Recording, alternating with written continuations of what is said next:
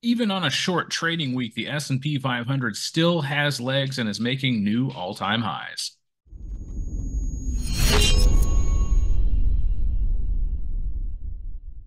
Good evening, my fellow Riz Elite members and all of our subscribers here on YouTube. Welcome to this week's Elite webinar.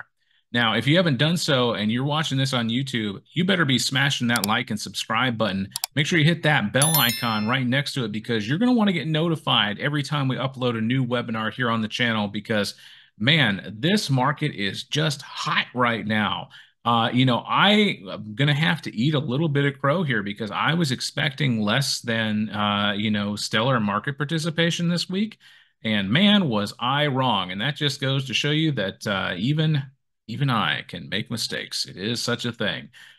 So as you can see here this week, now we did have, as I mentioned, a short trading week because of the 4th of July holiday here in the United States. It is Independence Day here. So to all of our U.S. viewers, happy Independence Day, just a couple days late.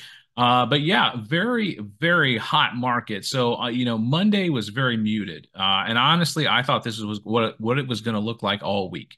But Tuesday and Wednesday just did not disappoint. And we just kept on rolling Friday with huge green candles moving up. It's like the S&P 500 just keeps making new all-time high after new all-time high. And we are in incredibly overbought territory here on the S&P 500. So just be aware of that. If you're making money, congrats.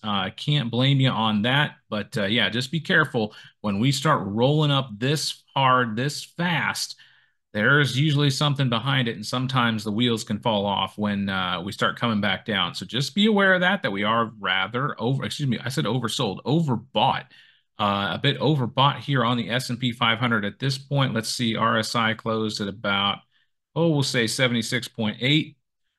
So just be aware that going into Monday, we've had some pretty big green days here all in a row, new all-time high, basically almost closed on an all-time high. Let's see, 5750.33 was the high. Okay, so we closed about 6 points below the all-time high. So that's pretty impressive if you ask me. So market showing a lot of resiliency. Obviously, a lot of buying, going here into the 4th of holiday and even on the 5th when there was literally like no one on the roads when I was going to work.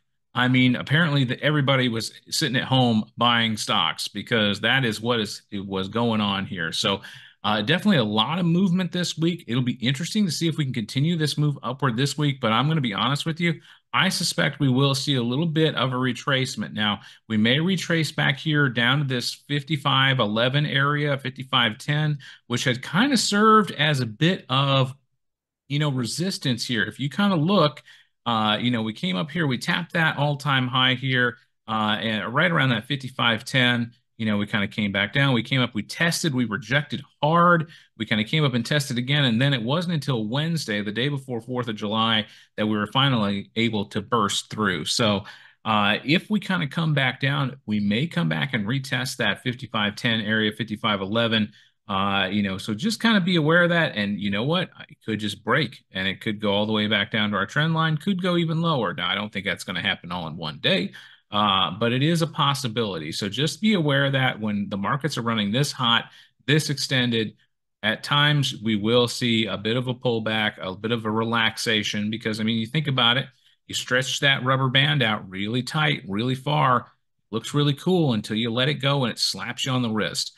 So, that's kind of the thing with the market. We get these big moves up and then we need to come back down a little bit. So just to kind of relieve that pressure, so to speak, relieve that rubber band. So just be aware of that. Now, that being said, we could just continue to go to the moon, here coming into the next couple of days. But I will say even in, hot periods, if we look back here, like towards the end of beginning of December, very nice uptrend, but you see, we kind of came back down, we came up, and then we came back down again. So, you can definitely have these extended up periods, but oftentimes you'll hit a plateau and it's going to come back down. So just be aware of that with that big type of move that we may see a bit of selling on Monday, but then again, we may not.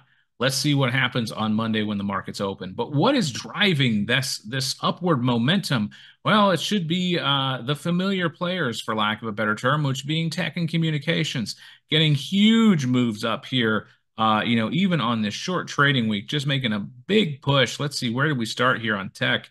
Right around 22% up on the year and close up 24, so almost 2% in a week on tech. So that is a huge move. If we're looking at it, you can see this nice upward trajectory on the SPY ETF, really giving us, that indication that we are pushing up right now. But the other, things, the only thing that I would say that is kind of matching it here is consumer discretionary. That is definitely making a move up, but everything else really kind of just chill, for lack of a better term. Real estate still in the dumpster. Consumer discretionary really the big, winner here over the last month or so, making a very nice move towards the upside, especially with last week. Last week being very big. Let's see, we moved from about up 3% to up 6%. So we basically doubled, our increase in the year in 1 week. So that's pretty impressive. But, you look here at financials, healthcare, energy, consumer staples, and I said healthcare already. I apologize for that. I meant to say utilities.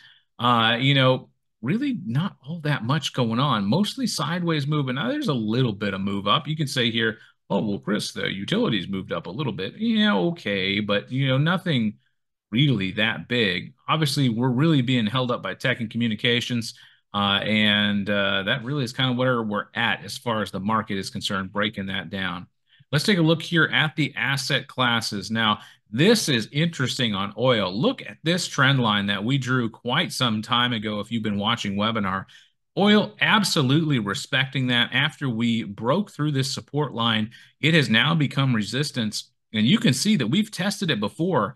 When we had the break here in May, we kind of came back up, tested it a couple times, and it wasn't until, just here a couple days ago that we had been even close, but really just kind of hanging on to that trend line. We'll have to see if we can make a further push up in oil, but based on this data, we may be seeing a bit of a move towards the downside on oil here potentially soon. That being said, don't forget, we are in the summer months, so things can definitely continue to roll here with oil, but right now, this kind of feels like the zone that oil is going to be in, in this mid 80s to mid 70s. That kind of, this channel seems basically where oil wants to run. Now, we may pop out of it here and there. Here we see that in April, we got up to about 87.50 a barrel.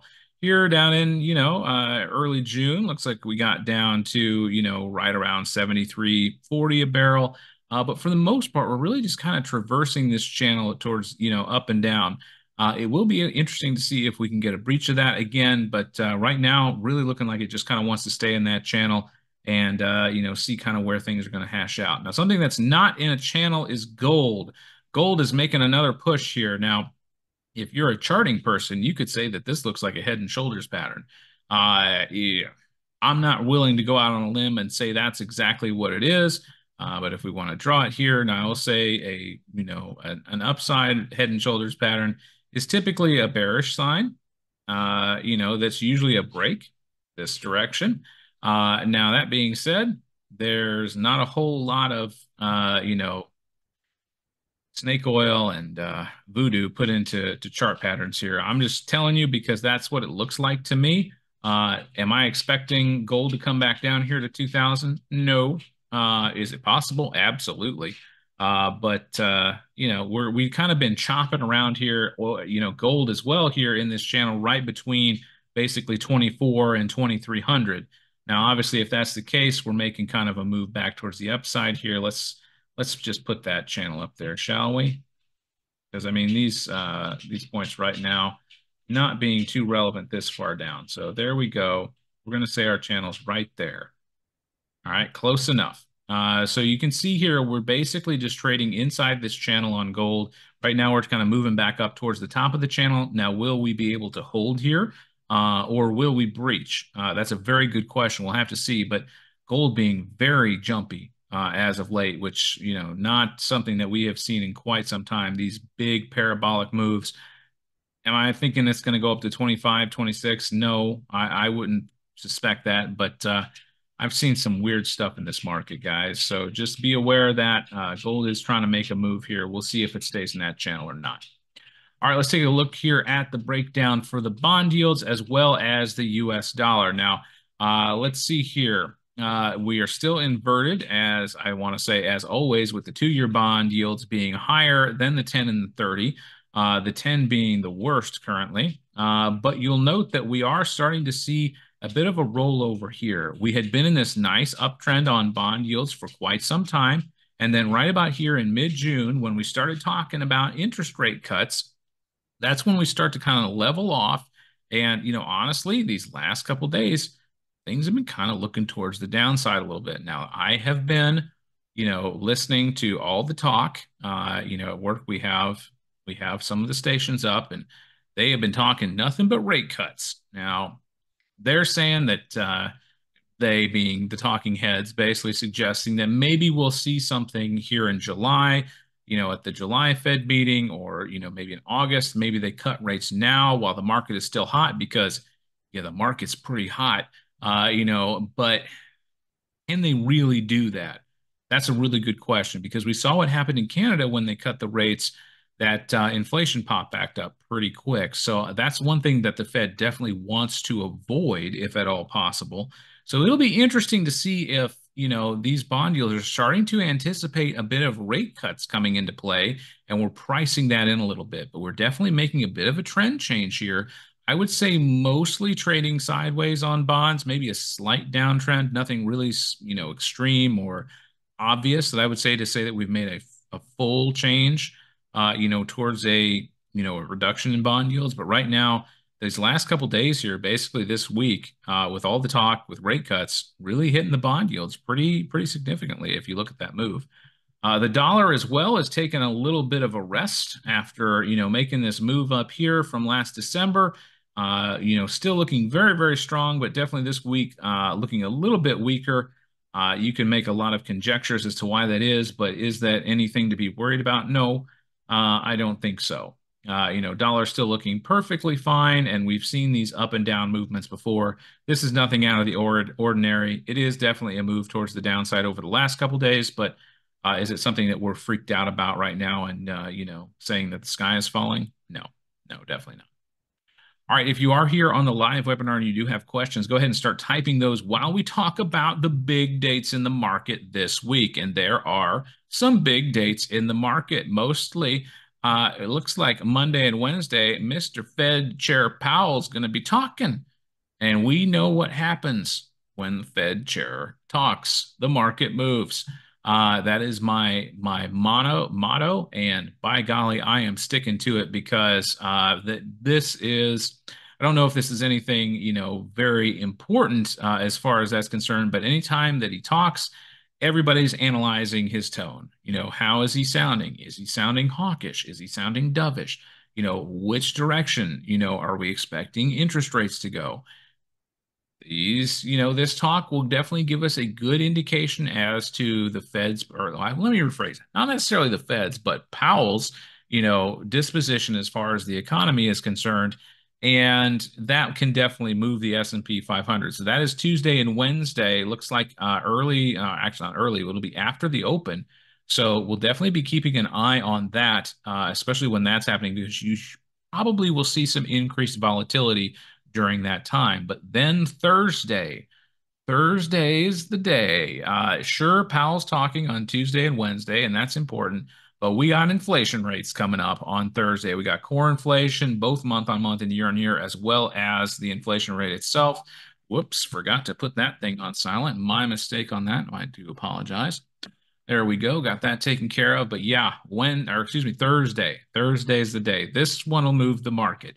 If we see inflation continue to, go up a tick or so, like we have the last couple of times, that's definitely not a good thing. If it can hold, that'll definitely be a good thing. It looks like they are forecasting it holding, but they said that the last couple of times too. Let's not forget that. Okay, so we'll see if that holds or not. Obviously, the Fed wants this around 2. And if I'm, math on stream is hard, but I'm just going to go ahead and say here that 2 does not equal 3.4. So just be aware of that when they're trying to talk about cutting rates and things like that. In my opinion, inflation has remained incredibly sticky. It does look like they're looking at the inflation rate increasing here or decreasing. My mistake. They're thinking it's going to go down. Yeah, I don't buy that, but we'll see. We'll see what they have to say. But yeah, this we want to get inflation to 2%. We ain't there yet, folks. And if they start cutting rates now and things go south, and by south I mean the inflation rate going up and that taking the market down with it. Yeah, may be a little hesitant to cut rates at this time. In my opinion, I don't think they should be cutting rates anytime soon, but don't forget, we have an election coming up. And this is a very common tactic used by both sides of the aisle. They try and prop up the economy, make it look good before November because they want to get them votes. It's hard to say that the economy's bad when the stock market's rolling. But if you start cutting rates, that makes things look even better. But then if inflation starts coming back, it's ammo for the other team. So whoever you're rooting for, good for you. I'm not going to say either way here on this webinar. PPI on Friday, probably not going to be too important, to be honest with you. That one's not the real big one. So honestly, our big, volatility inducing events are going to be Tuesday, Wednesday, and Thursday this week, with my opinion, Thursday being the bigger one, especially if the rates come in hotter than expected, like they have been. That's definitely going to be viewed as a negative thing, and we could see, a lot of movement. Now, if they stay stable and we don't see a lot of movement on inflation, then great. Market will probably be, you know, maybe, neutral to positive on that. If I had to guess, if I had to put money on it, but of course, don't take my word for it. Always follow your own gut and your own instincts when you're doing investing, because especially with things like this, with these types of catalysts, you just never know how the market is going to behave. So waiting on questions here. Do you want to take a quick look at NVIDIA? This is an interesting one. Obviously, this is the one that everybody's talking about, right? So we might as well talk about it here. Post split, obviously we saw, it was interesting because I was expecting things to go, a little bit up faster, and we just didn't quite get that until later. I really expected a lot of buying pressure post split, which happened right in here. And we really just didn't get it until a couple days after the split where, the price started coming back up. But I will say we are starting to see, definitely some more inflows into NVIDIA at this point. Definitely some buying going on here, a little bit of selling going on Friday, even though the market was green. But yeah, definitely some moves here in NVIDIA. This is the one that everyone's watching, and I think honestly the one that's kind of really helping keep that market going. Then, of course, the crazy one this week was Tesla going absolutely nuts with their deliveries that came out here on Tuesday when they announced that. A huge gap up on Tesla, and the thing just has not quit. Now, I will say, again, if we're looking at inverted bat patterns on, chart and candlestick patterns, and that's a joke, of course. There is no such thing as an inverted bat, but I'm sure someone will draw it and show us what it looks like. One could say that this is a topping hammer, what you see when, the buying really kind of peters out and we're looking to start to see a reversal. So just be aware that if you are holding Tesla, if you are at this point, congrats, well done. You did a great job. Yeah, if you're looking to get in at this point, I would maybe kind of see what happens on Monday and kind of see where we're at before we go ahead and decide to take a position there. Currently here in Elite, we do not hold a position in Tesla, if last I recall, at least not towards the upside. That's about all I'm going to say about that. But yeah, I'm not seeing any questions come in. So really just want to appreciate and thank everybody for coming out tonight. It was great having you all here. I do know that it was a short trading week, so a little less action than usual, but man, the S&P 500 is hot right now, and we're just looking to ride that wave. But just remember, when the waves come into shore, sooner or later, waves will cap and they'll crash back down into the ocean. So just be aware of that. And be careful. If you are profitable, it may be time to be looking to take profits and get ready for that market to come back down, which would be a great buying opportunity. So everybody have a wonderful rest of your weekend. Oh, wait, hang on. Dylan asked me here a quick question. He wants me to take a look at McDonald's. Sure, let's take a look. Let's get ourselves a Big Mac. McDonald's on an absolute downtrend here. But definitely looks like we're starting to come here towards longer term support. So let's go ahead and put a couple of drawings on here to kind of show that. So obviously we have a bit of an inflection point down here right around 246. We didn't quite make it, post earnings here. I mean, let's look here. Obviously, we had a nice big run up on earnings, but we just couldn't get out of this downtrend that McDonald's has been on for quite some time. Let's take a look at that, shall we? Because that's a downtrend if I ever saw one. Now, that being said, you know, we have trends come and trends go. It's not written in the stars or anything like that, but we are clearly in a downtrend at this point on McDonald's. Now, the question is can we hold this 246, 245 area? If we do come back and retest, that will be a very key indicator, if you ask me, if you're looking to get into this long. Now, if it tests and it breaks, then it's definitely not a time to go long, if you ask me, but that's just my personal opinion, and it should not be construed as financial advice. But, we're definitely looking towards the downside here. Am I running out and shorting McDonald's? No, one should never short the fries. And especially not in my order if I were to get such a thing. But, you know, we're definitely having a bit of a downward movement here in McDonald's since about January of this year, about the end of January. So, my opinion on this one, we kind of need to break this trend if you're looking to go long. And we come back down here and retest 246, 245? Absolutely. I think that's a very real possibility. With the market being so green on Friday and this barely making any type of a movement here, not really confidence inspiring at this point. Now, if you're in it long already and you don't mind holding, again, I don't think you have anything to be concerned about long term. McDonald's is doing just fine. The burgers are still selling. Looks like we've got earnings coming up. Whoops, sorry about that. Double clicked when I meant to do it once. Looks like the end of July. So we've got a good couple of weeks until that comes out. So about, 3 weeks, if my math is correct. So 3 weeks until earnings here on McDonald's. A lot can happen between now and then. Obviously, if earnings are good, that could definitely help catapult this up. But of course, if guidance is not as good, then that's definitely a concern as well. So just be aware of that earnings catalyst if you are long already. If you're not, I would just be careful because we've kind of seen these micro rallies in McDonald's before. We see these big sell-offs, as you can see here, and then we kind of bounce a little bit, and then more selling, and then we bounce a little bit. Now, if you think that you're going to be able to time this, you might absolutely be able to do that. I would say look to see how it opens on Monday and where it's going. Maybe we get a move back up closer towards this trend line, and you can capitalize on that. Maybe look to get out somewhere in that area just to be safe. That's definitely a reasonable, plan to play. But until we see a nice solid break of this downtrend, I wouldn't want to be holding it long term. But again, if you're looking at long-term investing, dollar cost averaging, that sort of thing, this is a great buying opportunity for you. You're more than welcome, Dylan. And then Keely asked if we can take a look at Amazon. Hey, no problem. I am just glad you made it. Don't worry about being here late. The fact that you're here is fantastic. Boy, Amazon is on a run, isn't it? Let's see here. When's earnings happening? July 25th. It looks like we got coming up here. So a couple weeks. I mean, I'm not buying up here. That's just me personally. This 200 area, we close right at 200, a huge psychological level in terms of retail investors. And, honestly, people who have bigger accounts than we do will be looking at those areas for their stop losses or their entries.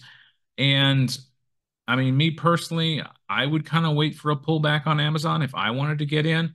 Am I going to short this thing? No, I'm not one to stand in the front of the freight train. Riz might be interested in standing in front of the freight train, but not me. Shorting something like this seems like a kind of a poor choice and a great way to lose money. Can you make profits off of it short term? Yes, absolutely you can. But man, you've got to have good timing on something like this if you're going to play the short game on it.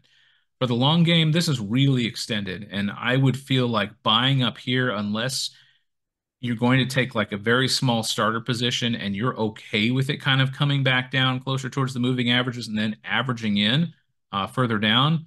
Taking it up here feels like a bit of a chase to me. And chasing is typically never good. So, just be really careful of that. And yeah, if it kind of can come back down here and maybe retest this 50 and hold there, that might be a great place to get in. But as you can see, it kind of likes to bust through the 50 fairly easily. So don't hold that as an absolute, gospel point as much as I would say as the 200 is. And then, of course, with earnings, anything can happen on earnings. So just be aware of that. But yeah, I wouldn't be going long here. That's just me. But if your trading strategy and your research says that this is a great place to get in, then by all means, go for it. And you are more than welcome, Keely. Glad you made it late. Better late than never is what I always say. And so, no, definitely some great companies to look at here. And this is the tricky thing with this market right now. I mean, you look at, some like the big names, like Eli Lilly and stuff like that, that are just like running. They just don't want to quit, right? I mean, look at Walmart here. It's going absolutely nuts on Friday, and they're just not giving us an entry. And it's very frustrating. I get that. But understand, one of the most important things that Riz taught me when I was learning from him is just because we are not trading does not mean that we are not active in the market. We are looking for opportunities. We're scanning. We're seeing what we can find. We're checking our watch list, things like that. Just because you're not making moves doesn't mean that you're not participating or that you're not in the market. I think that's a big thing it's really tricky, especially on rallies like this, right? You're like, oh, if I had just gotten in, here, it would have been great. Yeah, it would have, but the truth is hindsight is 2020. And the last thing you want to do is get basically stuck in a bull trap, right? We have this big run up, everybody's buying in, and then all the selling comes in and you get stuck holding the bag. And that's the last place you want to be. So just be very tactical with your entries, is all I'm going to say. Make sure that you're totally cool with the risk and reward that you're seeing, because everything feels really extended right now. Everything's really moved well past the moving averages. So just be careful is all I'm saying. If you are in the green, consider using a profit stop. You don't have to, of course. I'm not going to say that you should or you shouldn't do it, but it's something that you can do just in case you can't watch the market every minute of every day, to make sure that you lock in those profits when you can and you don't get stuck letting a green position go red, because that's the worst feeling right there. Let me tell you, I've done it before. It sucks. Don't do it. That's my advice. If you could take one piece of advice, all I'm going to say is no one ever lost money taking profits. So just remember that moving in this week. Obviously, we've got a pretty big uptrend here. Just be careful. That's all I'm going to say. But definitely some interesting securities to look at this week. Thank you so much, everybody, for coming for your questions. I really appreciate each and every one of you. And if you didn't do it already on your way out, go ahead and hit that like and subscribe button for me. It would really do great for the channel. Have a great weekend, and we'll see you in the market on Monday.